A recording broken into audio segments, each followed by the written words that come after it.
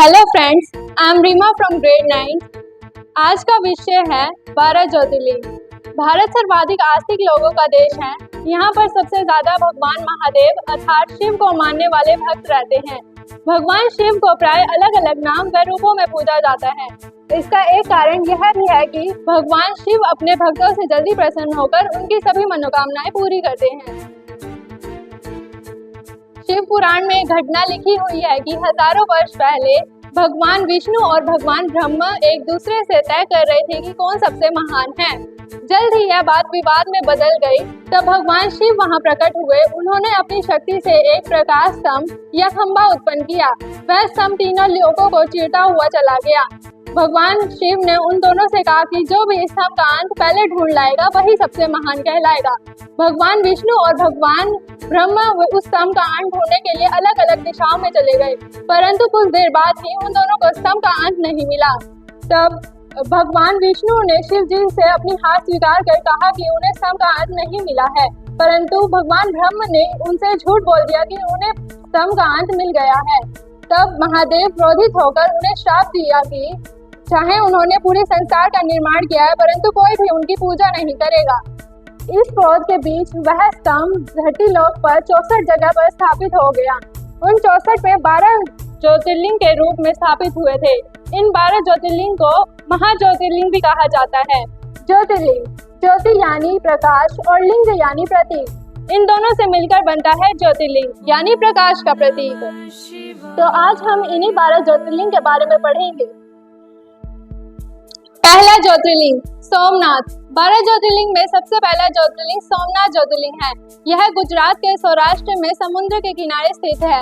मान्यता यह है कि सोमनाथ मंदिर के क्षेत्र में चंद्रदेव ने शिव जी को प्रसन्न करने के लिए तप किया था।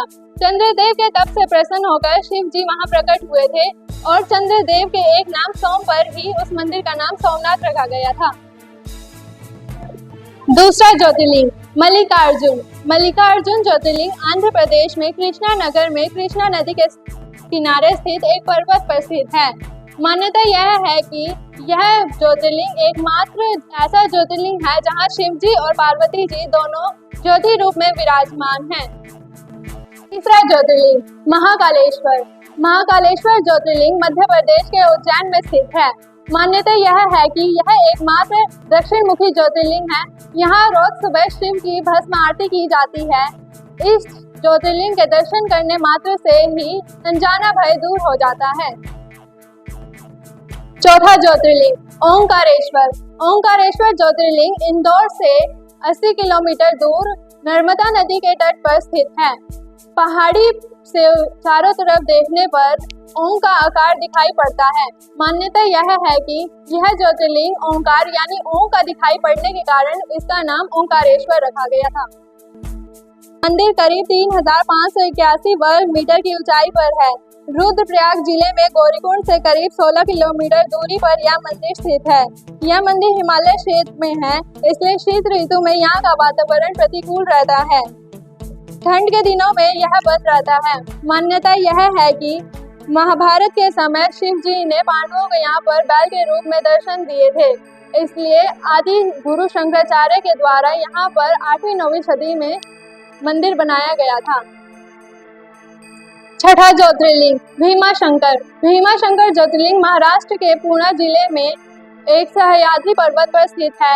इस ज्योतिर्लिंग को मोटेश्वर ज्योतिर्लिंग भी कहा जाता है। मान्यता यह है कि शिव पुराण में एक कथा लिखी है कि रावण का एक भाई कुंभकर्ण था, जिसका पुत्र भीम नाम का राक्षस था। भीम का जन्म उसके पिता की मृत्यु के कुछ समय बाद ही हुआ था। कई सालों बाद जब उसे पता चला कि उसके पिता की मृत्यु भगवान राम ने की है, तब वह भगवान राम को मारना चाहता था। उसने कठोर तप किया। उसके तप से प्रसन्न होकर ब्रह्मा जी ने उसे वरदान दिया कि वह विजयी हो जाएगा। तब वरदान पाकर वह देवी देवताओं को परेशान करने लगा। उसने देवी देवताओं को युद्ध में पराजित करना शुरू कर दिया। सभी देवी देवताओं ने उससे परेशान होकर शिव जी के पास गए और उनसे अनुरोध किया कि वह उससे युद्ध करे। तब शिव जी उससे युद्ध करने के लिए मान गए। शिव जी ने उससे युद्ध किया और युद्ध के समय उसे जलाकर भस्म कर दिया। सभी देवी देवताओं के आग्रह करने पर वह शिव जी वहीं पर ज्योतिर्लिंग के रूप में स्थापित हो गए। सातवां ज्योतिर्लिंग काशी विश्वनाथ। काशी विश्वनाथ ज्योतिर्लिंग उत्तर प्रदेश के काशी यानी वाराणसी में स्थित है। मान्यता यह है कि यहाँ पर शिव जी के साथ माता पार्वती भी विराजमान है। सभी देवी देवता नारद ऋषि के साथ यहाँ पर उनकी पूजा करते हैं।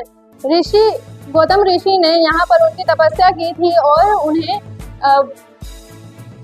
उनसे अनुरोध किया कि वह वहीं पर स्थापित हो जाए। तब शिव जी वहीं पर शिवलिंग के रूप में स्थापित होकर वहीं पर रह गए। नौवां ज्योतिर्लिंग वैद्यनाथ। वैद्यनाथ ज्योतिर्लिंग को लेकर कई मतभेद है।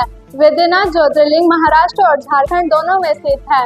झारखंड में देवघर जिले में स्थित है और महाराष्ट्र में पर्ली स्टेशन के पास पर्ली गांव में स्थित है। मान्यता यह है कि त्रेता युग में रावण शिव जी का परम भक्त था। वह हिमालय पर शिवलिंग बनाकर शिव जी की पूजा करता था। एक बार शिव जी उसके तप से प्रसन्न होकर वहां प्रकट हुए थे। रावण ने वर मांगा कि वह इस शिवलिंग को लंका ले जाना चाहता है।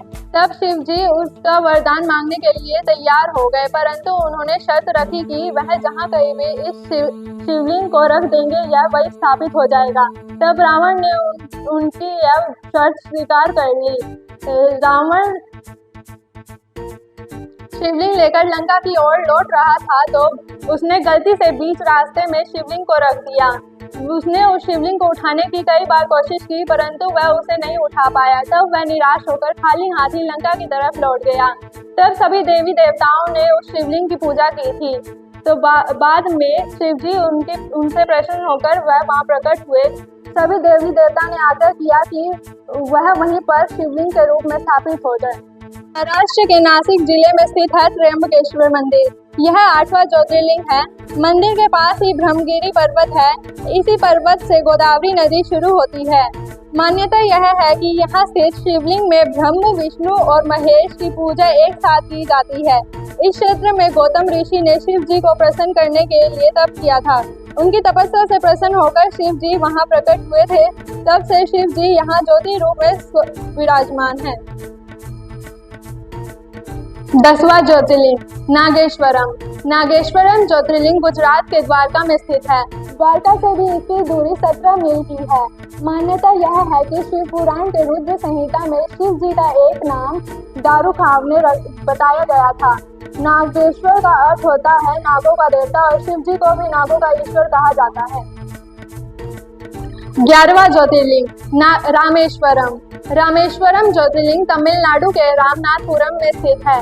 मान्यता यह है कि त्रेता युग में जब राम जी रावण का वध करके लौट रहे थे तो वह तमिलनाडु के दक्षिण भारत में एक समुद्र के किनारे रुके हुए थे। समुद्र के किनारे उन्होंने बालू के शिवलिंग बनाकर उसकी पूजा की थी। बाद में वह शिवलिंग वज्र के समान हो गया था। राम के द्वारा बनाए जाने के कारण उसका नाम रामेश्वरम रखा गया था। घृष्णेश्वर ज्योतिर्लिंग महाराष्ट्र के औरंगाबाद के पास दौलताबाद में स्थित है। घृष्णेश्वर ज्योतिर्लिंग को घृष्णेश्वर ज्योतिर्लिंग भी कहा जाता है। मान्यता है कि पुराने समय में एक ब्राह्मण रहता था जिसका नाम सुधर्मा था। उसकी एक पत्नी सुदेहा भी थी, परंतु दुर्भाग्यवश उनकी कोई संतान नहीं थी। तब सुदेहा ने अपनी पति का विवाह अपनी छोटी बहन घुष्मा से करवा दिया। घुष्मा शिव जी की परम भक्त थी और शिव जी की कृपा से उसकी एक संतान पुत्र के रूप में हुई थी। तब सुदेहा अपनी छोटी बहन से जलने लगी। उसने अपनी छोटी बहन के पुत्र का हत्या कर दी और उसे कुंड में डाल दिया। जब घुष्मा को यह पता चला, परंतु वह फिर भी दुखी नहीं हुई। वह शिव जी की पूजा करने लगी। शिव जी उसके पूजा से प्रसन्न होकर वहां प्रकट हुए थे। उन्होंने उसके पुत्र को जीवित वापस लौटा दिया। घुष्मा के प्रार्थना करने पर शिव जी वहीं पर शिवलिंग के रूप में विराजित हो गए।